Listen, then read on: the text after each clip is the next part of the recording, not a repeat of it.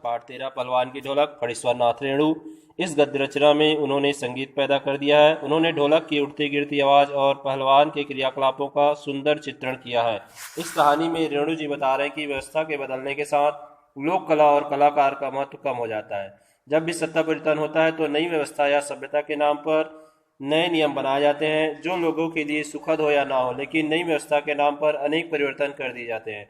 जैसे इस पाठ में राजा साहब की जगह नए राजकुमार के राजा बनते ही लुट्टन सिंह, जो राज पहलवान था, कुश्ती लड़ता था, उसे भी सत्ता परिवर्तन के कारण पेट भरने के लिए हाय तौबा करनी पड़ी, वह बेरोजगार हो गया।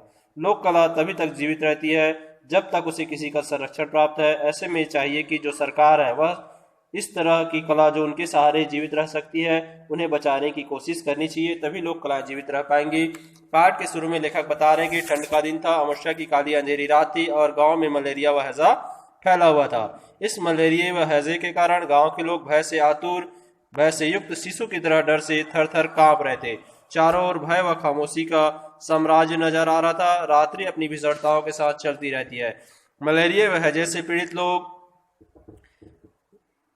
लोगों की कराहने, रोने, सिसकियां लेने की आवाज उनकी झोपड़ियों से आती रहती है।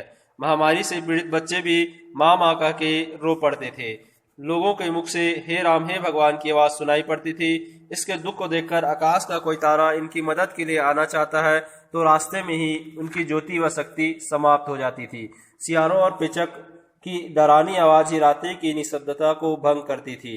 लेखक आगे बता रहे हैं कि कुत्तों में स्थिति को समझने की विशेष शक्ति होती है, इसलिए वे सारी रात रोते रहते हैं। वे भी गांव के दुख में अपना दुख मिला लेते हैं। मानो रात्रि अपनी भीषणताओं के साथ चलती रहती है और इस भीषणता को तार ठोककर ललकारती रहती है सिर्फ पहलवान की ढोलक। पहलवान की ढोलक संध्या से लेकर प्रातः काल तक एक ही गति से बजती रहती है। चटधा गिड़धा यानी आजा भिड़ जा, आजा भिड़ जा। लेखक इसका अर्थ निकालता था मानो यह आवाज हैजे और मलेरिया को टक्कर देना चाहती हो। बीच बीच में चटाक चढ़धा यानी उठाकर पटक दे। ढोलक की आवाज लोगों में मौत से लड़ने और संजीवनी शक्ति भरने का काम करती थी। लोगों को भययुक्त कर मलेरिया व हैजे से लड़ने की शक्ति प्रदान करती थी। आगे लेखक बता रहे हैं कि लुट्टन सिंह कहा करता था कि होल इंडिया उसे जानता है। लेखक के अनुसार उसका होल इंडिया अपना जिला होगा और उस जिले में उसे सभी लोग जानते थे। अब लेखक लुट्टन के बचपन के बारे में बता रहे हैं। लुट्टन सिंह जब 9 साल का था तो उसके माता पिता दोनों का निधन हो गया था। सौभाग्यवश उसकी शादी हो गई थी। लुट्टन की सास ने उसे पाल पोस कर बड़ा किया। बचपन में वह गाय चराता था, ताजा दूध पीता था, कसरत करता था।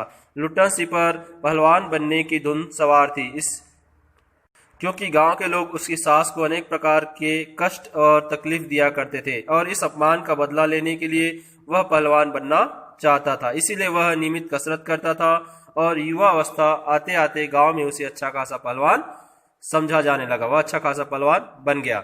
आगे लेखक लुट्टन सिंह प्रसिद्ध पहलवान कैसे बना यह बता रहे हैं। एक बार लुट्टन श्यामनगर के मेले में दंगल देखने गया। जवानी की मस्ती में कुश्ती के दांव पेच देखकर वह ढोलक की आवाज सुनकर उसे रहा नहीं गया। उसने बिना विचार किए शेर के बच्चे को दंगल के लिए चुनौती दे दी।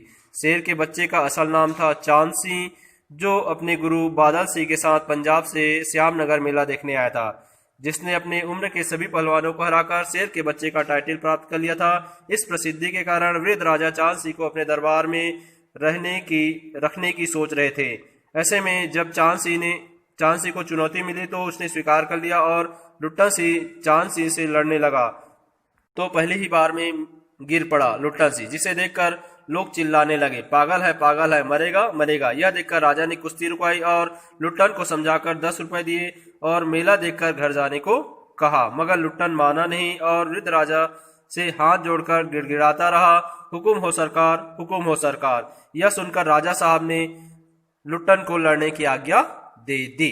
लुट्टन चांद सिंह से लड़ने लगा। लुट्टन को चांद ने कसकर दबा लिया। लुट्टन की सांसें रुकने लगी थी। तभी लुट्टन को ढोलक की आवाज सुनाई पड़ती है, जिसका ताल व आवाज सुनकर उसके अर्थ के अनुसार लुट्टन सिंह कुश्ती के दांवपेच करता रहा। जैसे चट गिड़धा वह अर्थ लगाता मत डरना। वह आवाज सुनता ढोलक की चटाक चढ़धा। यह सुनकर वह अर्थ समझता उठा पटक दे। धीना धीना दिक धीना का अर्थ वह समझता चित करो। तो इस तरह से लुट्टन सिंह ने ढोलक के थाप के निर्देशों का पालन करते हुए, ढोलक को गुरु मानते हुए चांद सिंह को चित कर दिया। इससे प्रसन्न होकर राजा ने उसे राज दरबार का राज पहलवान बना दिया और उसे लुट्टन सिंह वह कहने लगे। व्यायाम व पौष्टिक भोजन के कारण उसकी प्रसिद्धि दूर दूर तक फैल गई। राज पहलवान बनने के कारण उसने काला खान नामक प्रसिद्ध पहलवान को भी हरा दिया। इसके बाद वह राज दरबार का दर्शनीय जीवन कर रह गया। राजा अब उसे किसी से लड़ने नहीं दिया करते थे, इसलिए लुट्टन सिंह निराश रहा करता था। लेकिन जब भी उसे दंगल में ढोलक की आवाज सुनाई पड़ती तो वह लंगोट लपेटकर अपने शरीर में मिट्टी लगाकर उछल कूद करता रहता था, जिसे देखकर बूढ़े राजा मुस्कुराते रहते थे। इस प्रकार 15 वर्ष बीत गए और लुट्टन सिंह विजयी रहा। इन 15 वर्षों में पहलवान की पत्नी भी 2 पहलवान पुत्रों को जन्म देकर स्वर्ग सिधार गई थी। वह पहलवान की सास पहले ही स्वर्ग सिधार गई थी। पहलवान के दोनों लड़के अपने पिता की तरह बहादुर थे और लोग उसके पुत्रों को देखकर कहा करते थे, बाप से भी बढ़कर निकलेंगे ये दोनों बेटे। लुट्टन सिंह अपने दोनों बेटों को पहलवानी में दक्ष कर दिया था, इसलिए उसके दोनों लड़कों को राज दरबार का भावी पहलवान घोषित कर दिया गया था। लुट्टन सिंह अपने दोनों बेटों को सांसारिक ज्ञान तथा यह बताया करता था कि अगर मेरा कोई गुरु है तो यह ढोलक ही है, और इस ढोलक की आवाज़ के कारण ही मैं पहलवान बना। इसलिए तुम भी ढोलक की आवाज़ पर पूरा ध्यान देना और दंगल में उतरने से पहले और दंगल से आने के बाद ढोलक को अवश्य प्रणाम करना। ऐसी बहुत सी व्यवहारिक ज्ञान वह अपने पुत्रों को दिया करते थे। किंतु अचानक एक दिन वृद्ध राजा की मृत्यु हो गई और उनके स्थान पर सत्ता परिवर्तन के नाम पर नए राजकुमार ने, जो विलायत से यहाँ आए थे, राज्य को अपने हाथ में ले लिया और बहुत से परिवर्तन किए। नए राजकुमार को दंगल में कोई लगाव नहीं था, इसलिए नए राजकुमार ने पहलवान व उसके दोनों पुत्रों को खर्च सुनकर कहा, है रिबल, इतना भयानक खर्च? तो मंत्रियों ने भी कहा, है रिबल, महाभयानक खर्च। और मंत्री लोग चाहते थे कि इनको राज दरबार से निकाल दिया जाए, इसलिए पहलवान को गिड़गिड़ाने का मौका भी नहीं दिया गया और उसे राज दरबार से निकाल दिया गया। दूसरे दिन पहलवान ढोलक कंधे में लटकाकर अपने दोनों पुत्रों के साथ गांव लौट आया। गांव वालों ने गांव के बाहर एक झोपड़ी बनाकर दे दी।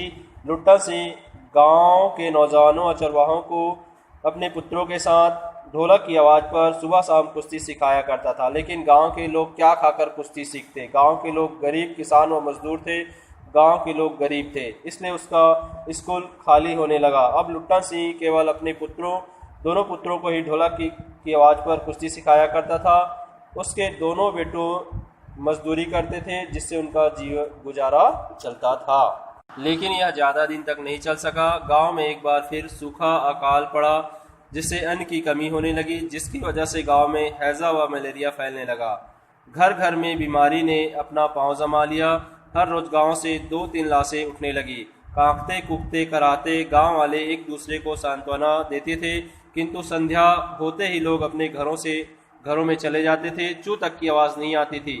पास में दम तोड़ने अपने पुत्र को देखकर बेटा कह के पुकारने की भी शक्ति उनकी माताओं में नहीं होती थी। इतना भयानक रूप से यह मौत का तांडव चल रहा था। इस विभीषिका को केवल पहलवान की ढोलक ही ताल ठोकर ललकारती रहती थी। सुबह से शाम एक ही गति से बजती रहती थी, जिसे सुनकर लोगों में संजीवनी शक्ति भर जाती थी, जिससे लोगों को आंख मूंदते समय दंगल का दृश्य देखकर तकलीफ नहीं होती थी और वे ढोलक की आवाज़ सुनकर मृत्यु से नहीं डरते थे, उन्हें कष्ट नहीं होती थी ढोलक की आवाज़ सुनकर।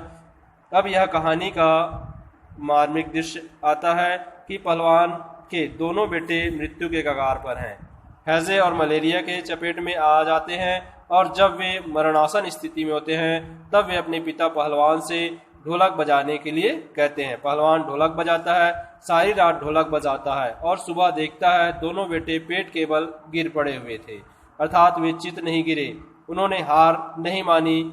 उसे देखकर पहलवान कहता है, दोनों बहादुर गिर पड़े और अपने दोनों बेटों को ले जाकर नदी में बहा देता है। लोगों ने सुना तो दंग रह गए। न जाने इसके बाद कितनों की हिम्मत टूट गई, लेकिन पहलवान ने उसी रात फिर ढोलक बजाया, जिसे सुनकर लोगों की हिम्मत दुगनी बढ़ गई। इस घटना के बाद 4-5 दिनों बाद एक रात ढोलक की आवाज नहीं सुनाई दी, ढोलक नहीं बोला। तब पहलवान के कुछ दिलेर शिष्यों ने सुबह जाकर देखा कि पहलवान की लाश चित पड़ी है। चित पड़ी है कहने का अर्थ है, यहाँ यह कहना चाहता है कि पहलवान ने बहुत कोशिश की, लेकिन वह भी अपनी जिंदगी से हार गया, मौत जीत गई। आंसू पोंछते हुए एक शिष्य ने कहा, गुरुजी कहा करते थे मुझे चिता पर चित नहीं पेट के बल लेटाना और चिता सुलगाते समय ढोल बजा देना। वह आगे नहीं बोल पाया। तो इस तरह एक पहलवान जो दूसरों को हिम्मत बढ़ाता था, संजीवनी देता था, अंत समय उसकी खुद की हिम्मत टूट गई और वह मौत से हार गया, मौत जीत गई। यह थी कहानी पहलवान की ढोलक। मैं विश्वनाथ उपाध्याय। मेरे चैनल को सब्सक्राइब और लाइक अवश्य करें। धन्यवाद।